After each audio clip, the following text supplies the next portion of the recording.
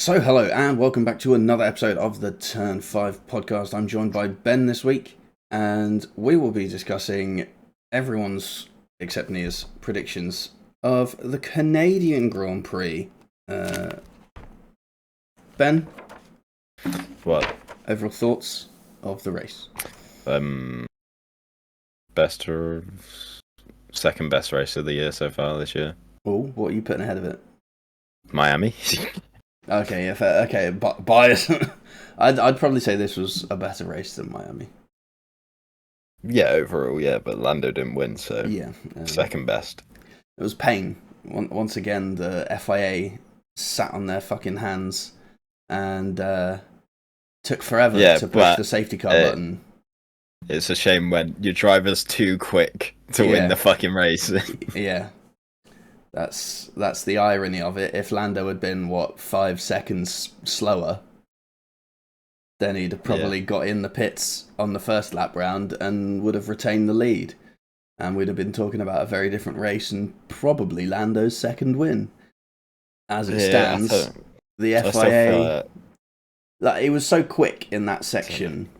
Yeah. He'd probably still have the same pace after the restart if he's in front. Max had the better place on the dry, though. Yeah, in the dry. He pulled away from him. Yeah. I mean, I'm surprised Lando didn't bin it in his efforts to keep the lead on his way out of the pits on the mediums. Because that was a bit squirrely, wasn't it? He tried his best. He did. He almost went round. Yeah, so we have Logan Sargent to thank for completely scuppering that one. Love that. Thanks, Logan. Sergio Perez has been given a 3-place grid penalty for the Spanish Grand Prix. He's starting last then. Probably. There was a tweet by Will Buxton. Hang on, I'll pull it up.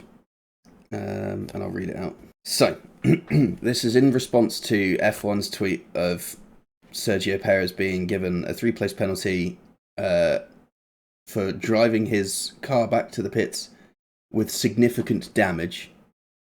Will Buxton has said, "Personally, I don't think the repercussions for the team are anywhere near enough. The team have admitted they told Perez to knowingly break the rules and in doing so endanger other drivers. That's why the rule exists. So as to avoid a safety car, which they knew could lose them the win. Reverse the outcome of the reasoning, and you have a team telling a driver to break the rules to create a safety car to help them win. It's a few degrees of separation. One is a grid drop and a fine. The other is Singapore 2008. Ooh. That's big words coming from F1's own presenter. But you can't help but see the point he's making. Like, he's not that wrong, is he? No, but yeah, I don't know why Perez. I don't know why he couldn't pull into a marshal post.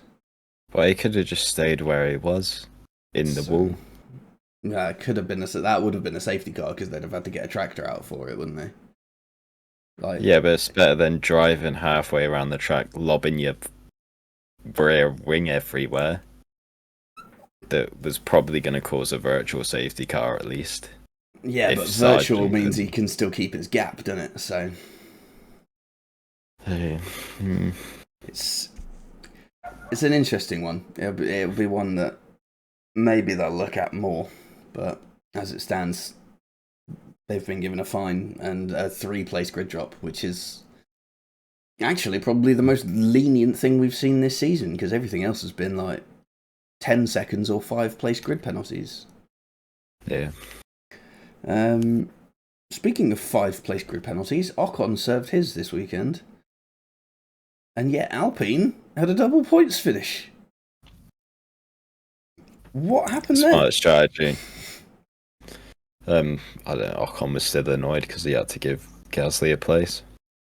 Oh, classic. I know that.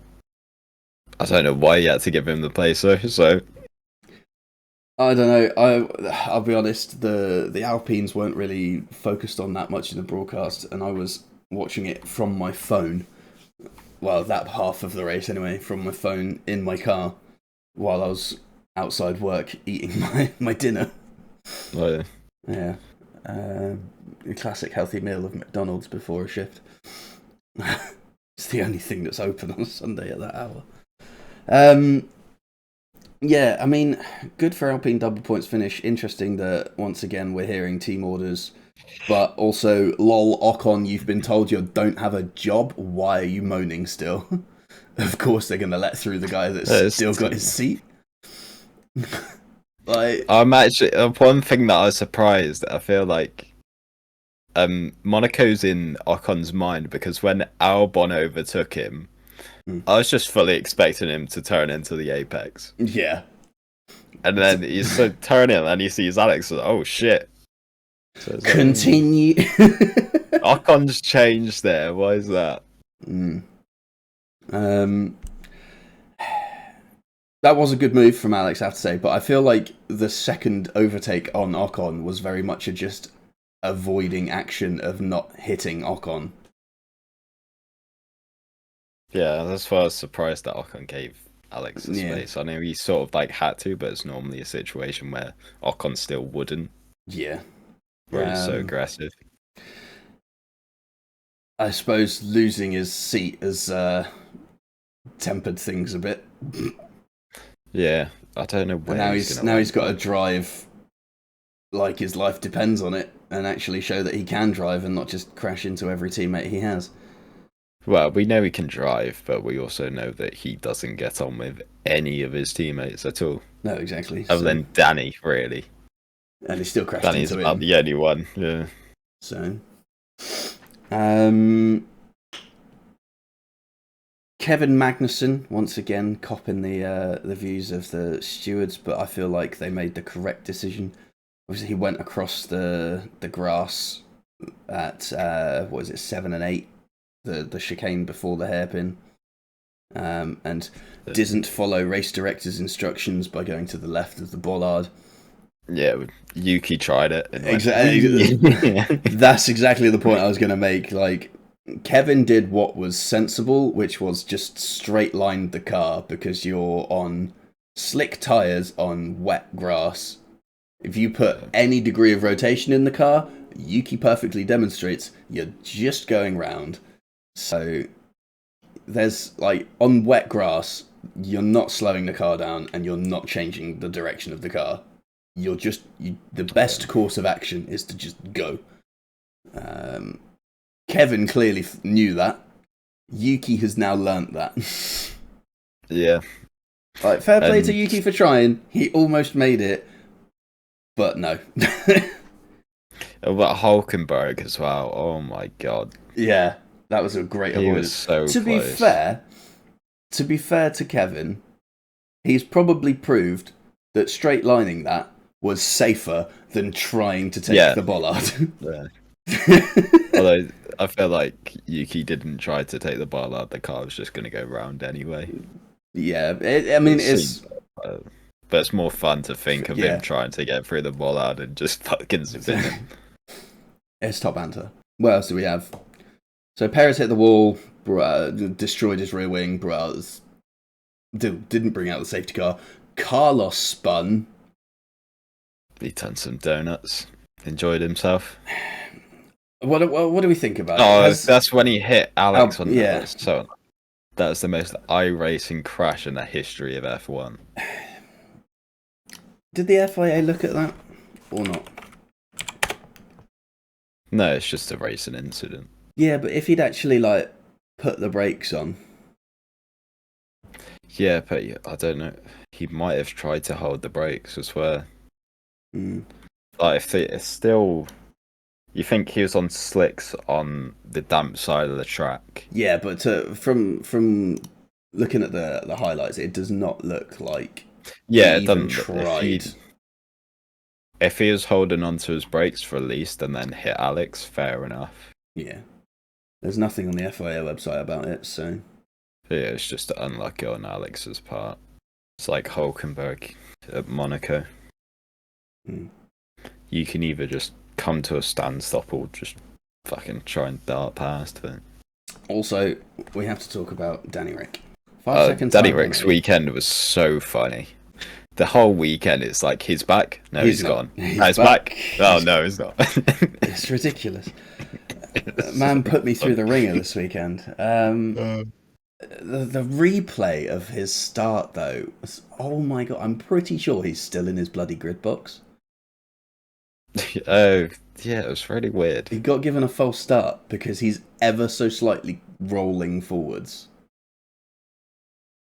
So, yeah, it's like when you watch it for the first time, it's like, what the fuck?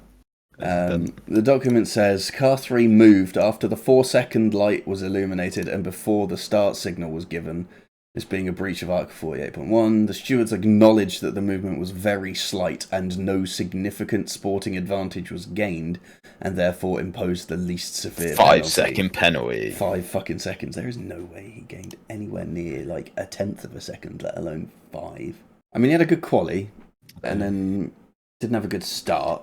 That was so funny. Speaking of good starts, the Haas boys, full wets was the way to go. Welcome back, full wets. Holy shit, they were used and they were useful for like 6 laps. Wow. Yeah, until Haas decided to put all in of the other teams. Slowest pit stop of the day. You gotta feel for him, right? He's overtaken like 9 cars and then gets hit with an 8.6 second pit strategy. Stop. I don't feel for them at all. But an 8.6 second pit stop. Yeah, they were on the wrong strategy. They should have, if they had a brain, they would have started on the Inter and waited for it to go to Inter and save yourself 20 seconds. But fair enough to Haas, they're trying something different, and it sort of works, unlike Ferrari. The full wets clearly were the tyre to be on at the start. Yeah, but if it's not raining, but it wasn't long enough. Yeah.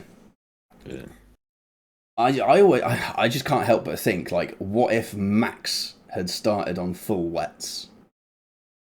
Because the guy at the front has the possibility to just fucking book it down the road. He could have built enough of a gap.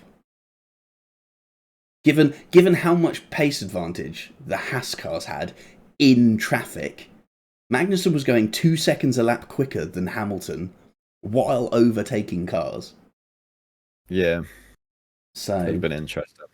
I think there's potential for whoever was at the front to book it, make a pit stop, and still come out in the lead. Yeah, like if you're at the front, you don't want to. It's too much of a risk to take, really, isn't it? Yeah, it really is. The only one maybe would be like Alonso. Yeah.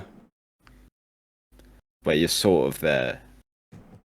But if like if you lose like a P6 to come 13th because the strategy hasn't worked, you'd probably still be happy taking the risk to try get a podium or whatever. Yeah, but also a team like Aston Martin needs P6s. It's good points for them. Yeah, but they're sort of in no man's land, aren't they? Yeah, they are. But equally, like, if that was Sergio Perez, I'd be like, just punt, take it, go. Yeah, a bit of Perez, fair enough. You'd take the risk, wouldn't you? That's fair. That's the man to do it. Yeah. Sergio Perez. Although he's pretty similar to the Hasses already, isn't he? Yeah, he's fighting alongside him often enough. Yeah. But yeah, what else happened? We had all sorts going on, didn't we? Ferrari done the funniest strategy in the world. Oh my god, that was fucking hilarious. Ferrari is back in force. What the hell? Talk about polar opposite weekends. Am I right? Fucking first and third in Monaco. First Monegasque driver to win his home Grand Prix. Double DNF. I didn't realise how much I needed Ferrari to put in an absolute stinker of a weekend. It's a top job. Just have some enjoyment.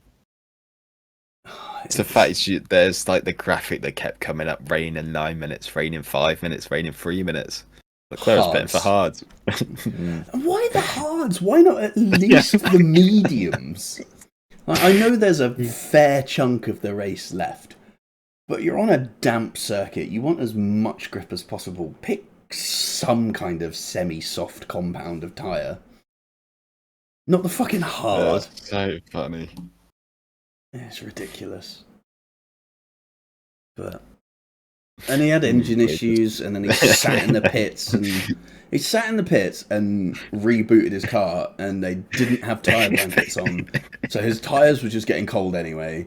And then he goes down the pit lane, which is still soaking wet because that's the wettest bit of the track, and they get even colder. And then he's like 3 seconds. He was, what was it? 6 seconds a lap slower on the first couple of laps. And then he gets lapped. By the time he got like out of the pits, he was already about 33 seconds behind Joe. He ended up like 1 minute and 10 behind. Yeah, and then like you could see Leclerc about to get lapped, and then there's corrupt. You see Leclerc come through, and then Verstappen and Crotch is like, "There's your leader, Max Verstappen." It's Leclerc just driving through. So much pain for that man. But fair play to Ferrari. Most other teams that double DNF probably would have just started packing up, but the Ferrari management team were all still on the pit wall for the rest of the race. I still don't get what was going through them. I get like you have to try something different, but pitting for hards when it's going to rain in 3 minutes. Not the one. Not the one. Especially when, what are they, like 11th, 12th? They're still sort of there. They could grab on the fringes of points, yeah. Yeah, all they had to do is pit for the dry tyres. At the right time. That's like the risk you take, isn't it? Mm. It's not pitting for fucking hard when it's still raining. And then telling your driver to just suck it up. And then when he can't suck it up, giving up. Like, if you're going to commit to it, commit to it. So he's on the radio, isn't it? The strategy will come to us 1 minute behind. Strategy will come to us. Box. Yeah. It was nice. Like the Seb Vettel at Turkey, wasn't it? Ridiculous. Right, well, that leads us nicely onto Lapdown Showdown. The first car lapped was Charles Leclerc. It was on lap 36, and he finished with a DNF, so he didn't finish laps down at all. So nobody wins this week. Because I think everyone wins, apart from Ferrari fans. This is true. This is very true. Bold predictions. Ben, you got Ocon points. Nice. Perez position predictor. Nobody wins. He qualified 16th and he DNF'd. What a showing. Perez. What was the lowest Perez someone said that he'd qualify? You, 11th. Yeah, that's poor. And the lowest anyone said he'd finish was you and Chris with 7th. I need to still start. Have too much trust. It's a mediocre. It's not even media. It's still a shit race from Perez, and he's still fucking outdoes us. Say Red Bull's going to start 11th and finish 7th is fucking appalling, and yet he still outdoes it. Yeah. Podium predictions. Right. Chris came last this week with 1 point. Ben, you got 2 points. I got 4 points, and Sonia got 6 points. So the updated standings are Chris and Nia are tied at the back on 35. Then it's you on 43, Ben. And then I'm on 51, and Sonia leads by 3 points on 54. God damn it. As for social media, Hallie got 4 points, so moves into tie for the lead. And that's your predictions. Oh my god. I mean, okay, it was a good race. And I think we can finally just say for certain, changeable weather makes brilliant races. Bring them... What was Bernie going to bring in? Sprinklers. That was it. Yeah. That's exactly what I was going to say. They called him a madman. Yeah. I think the only thing that people would like gripe about is because it's like artificial. It's fabricated. Yeah. But hell, if they're bringing banging races like that every week, bring them on. Let's do it. Hide some hoses around the track and just get like show when you go to like a water park, you have the little water guns to the side. Oh, don't the people. Don't give everyone more ideas. That's just money making right there. Someone's gonna put like 500 quid in one of these things and just straight at Lance Stroll only every single. Someone wipes out your driver the week before your favourite race that you're going to. You just target them the whole time. You just go to Silverstone, everyone's just spraying Max Verstappen the whole fucking time. Yeah, well, the problem is he's at the front, so everyone else still gets the wet. If you spray Logan Sargent, you're probably only going to get like 2 drivers. If you spray Lance Stroll, you're maybe getting 5 or 6. Fucking hell.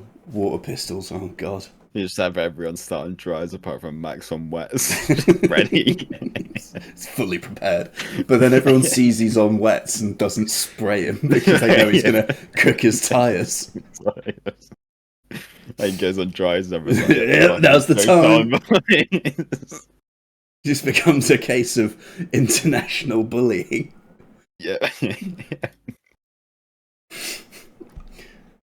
Because then everyone agrees, like go to Zandvoort, no rain, but everyone in the stands has made an agreement, like we're gonna soak the track, and they've made it well known, so everyone except Max is on dries, Max is on wets, and then everyone just pours the track. Max wins by 2 laps. Yeah. Oh my god. Next time out, we are in Viva España. Or for the last time. Yeah, the last time around the Circuit de Barcelona, Catalunya. Actually, is it the last time or is it second to last time? Oh wait, no, yeah, next year's the last time. 25. They change on 26, so. We will be joined by the F1 Academy, Formula 3 and Formula 2. So it's a proper full weekend. But we'll be oh, sorry, I've got the hiccups there. We'll be making our predictions ahead of that race next week. Is there anything else to cover news-wise? Jamie Chadwick won in the IndyCar Lights, is it? Indy Lights, yeah. Nice. That's good shit. What else have we got? Oh yeah, Perez's deal. Perez signed a new deal, didn't he? And there's a bit of confusion around that. Oh yeah, and Yuki retained as well. Yes. So Perez's deal was announced as a 2-year deal, but it turns out it's a 1+1 with options on either side. So that smells what options like for him or the team? Both. So like the team can cut him if they want, and he can cut it if he wants, sort of thing, is how I understand it. Which makes me think that if he fails at retaining the World Constructors' Championship, it's bye-bye.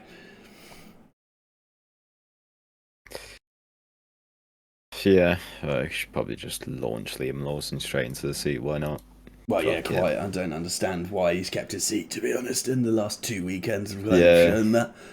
He's proper. Didn't this happen the exact same way last year? Like at Monaco, he got his contract renewed and then had an absolute shitter.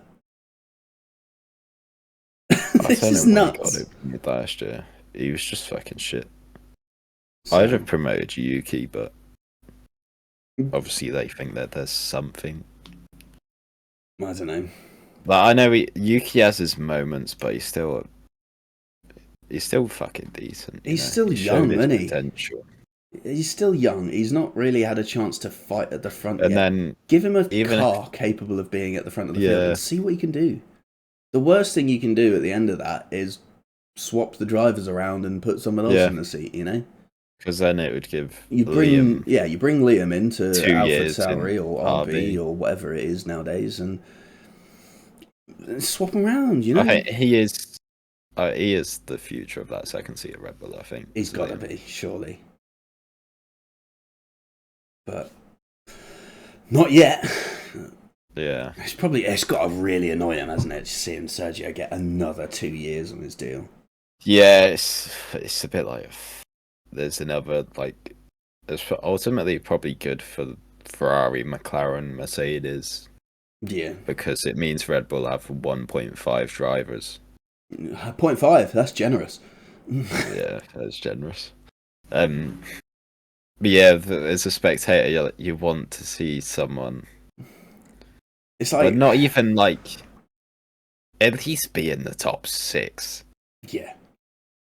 But it's also like we have Felipe Drugovich just sat in an Aston Martin test and reserve role. An F2 champion without a seat is nuts. Yeah. But it's happening more and more because, well, A, we don't have the 11th team that should be in the grid because there's realistically no reason why they shouldn't be, because Andretti would bring so much goddamn money to Formula One, but they just refuse to accept it. So we don't have those 2 seats that would open up. And drivers are just driving longer. Yeah. So it's not something you can just be like, we're going to put a maximum age limit on it, because Alonso shows that he's still got it, you know? Hamilton's still got it. Perez doesn't have it, but he never did. Bottas is still doing decent. It's not that. I don't think it's that Perez doesn't have it. It's just not. He's just not putting it together. He's not Red Bull second driver good, is he? No, he was a Force India driver. It's like Aston Martin with Alonso at best. Yeah.